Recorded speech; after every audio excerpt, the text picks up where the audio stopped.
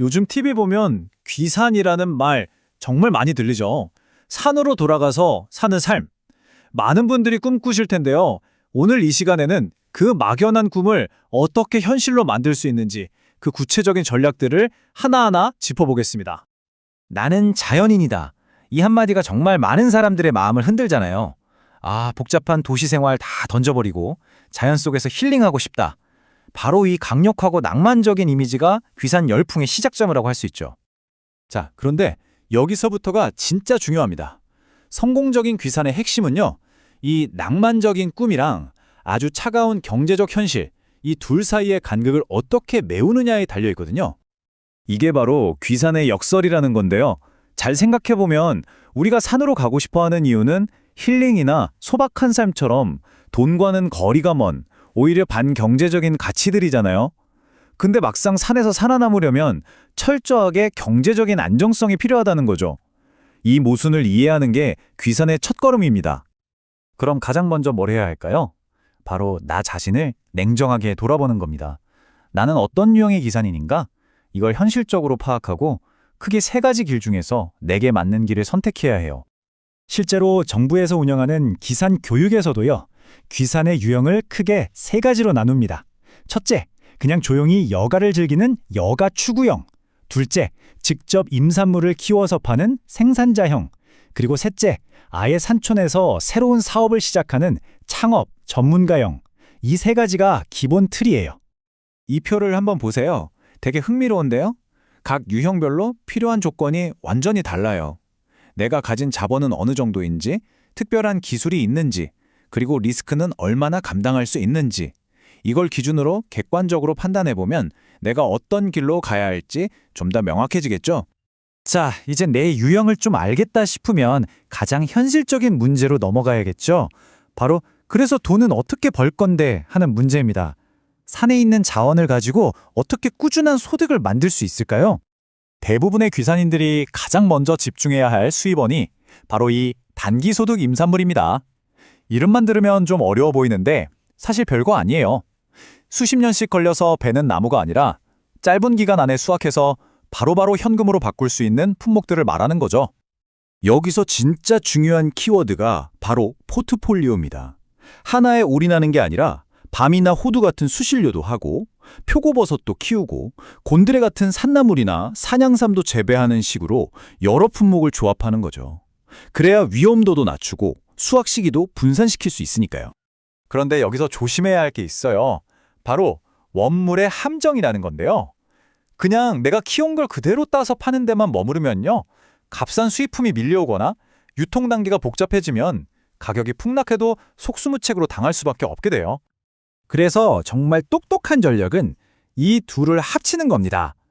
산나물이나 버섯 같은 단기 품목으로 매년 생활비를 벌고 그 돈으로 장기 자산이 될 목재용 나무를 심고 가꾸는 거죠. 그러니까 단기 소득으로 장기 자산을 키우는 뭐랄까 선순환 구조를 만드는 거예요. 아까 말씀드린 원물의 함정, 이거 어떻게 빠져나올 수 있을까요? 답은 단순 생산을 넘어서는 겁니다. 한 단계 더 나아가서 부가가치를 만드는 거죠.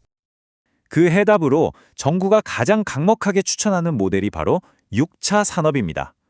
이게 뭐냐면 직접 생산하는 1차 산업에 가공하는 2차 산업, 그리고 서비스나 관광 같은 3차 산업을 전부 곱해서 1 곱하기 2 곱하기 3, 완전히 새로운 가치를 만들어내는 개념이에요. 예를 들어 볼게요.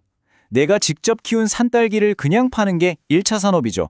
근데 이걸로 잼이나 주스를 만들어서 팔면 2차 산업이 되는 거고요. 여기서 더 나아가서 농장 체험 프로그램을 운영하고 직거래 장터를 열면 3차 산업까지 결합되는 겁니다. 이렇게 되면 부가가치가 정말 어마어마하게 커지겠죠? 이게 그냥 책상 위에서나 하는 얘기가 절대 아니에요. 암을 이겨낸 대표님의 스토리를 담아서 된장을 명품으로 만든 해남의 사례도 있고요. 여러 농가가 똘똘 뭉쳐서 곤드레 가공품을 아마존에 수출하는 평창팜도 있어요. 심지어 일본의 우마지 마을은 버려지던 유자를 가공해서 마을 전체를 살려냈다고 하죠. 이 잠재력은 이미 충분히 증명됐습니다.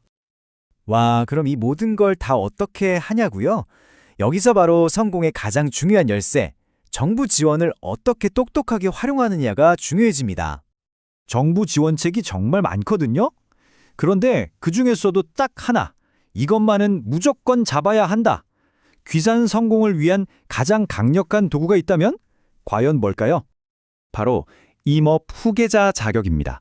저는 이걸 그냥 황금 티켓이라고 불러요.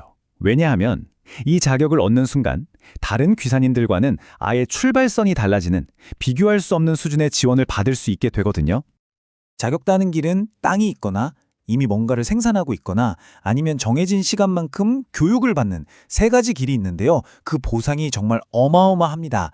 정책 자금을 엄청난 조건으로 빌려주고 정부 사업할 때 우선적으로 뽑아주고 세금까지 깎아주죠. 자, 이 숫자 한번 보세요. 1%. 이게 뭐냐면요. 임업 후계자가 되면 숲을 가꾸는 장기 사업 같은 경우 최대 3억 원까지 1년 이자가 고작 1%인 대출을 받을 수가 있어요. 이게 사실상 그냥 거저나 마찬가지인 돈이잖아요. 이걸로 사업 기반을 닦을 수 있다는 건데 이게 얼마나 큰 차이인지 감이 오시죠? 자, 이제 거의 다 왔습니다. 마지막 관문이에요.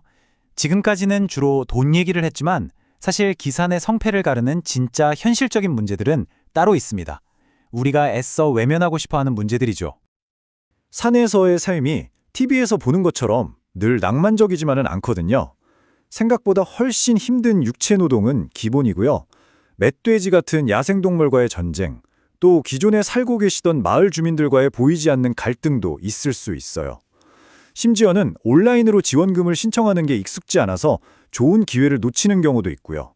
이런 어려움들을 미리 알고 각오해야 합니다. 그래서 떠나시기 전에 이 최종 체크리스트로 딱 한 번만 더 스스로를 점검해 보세요. 당장 소득이 없어도 2, 3년은 버틸 비상자금이 있는지, 법에서 정한 필수 교육은 다 들었는지, 내 사업 계획은 구체적인지, 그리고 어쩌면 가장 중요한 건데요.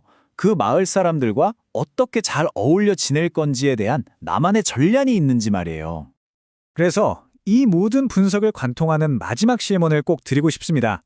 여러분에게 귀산은 힘든 현실로부터의 도피인가요? 아니면 완전히 새로운 땅에서 시작하는 치열한 창업인가요? 이 질문에 대한 여러분의 솔직한 대답이 앞으로의 성패를 결정하게 될 겁니다.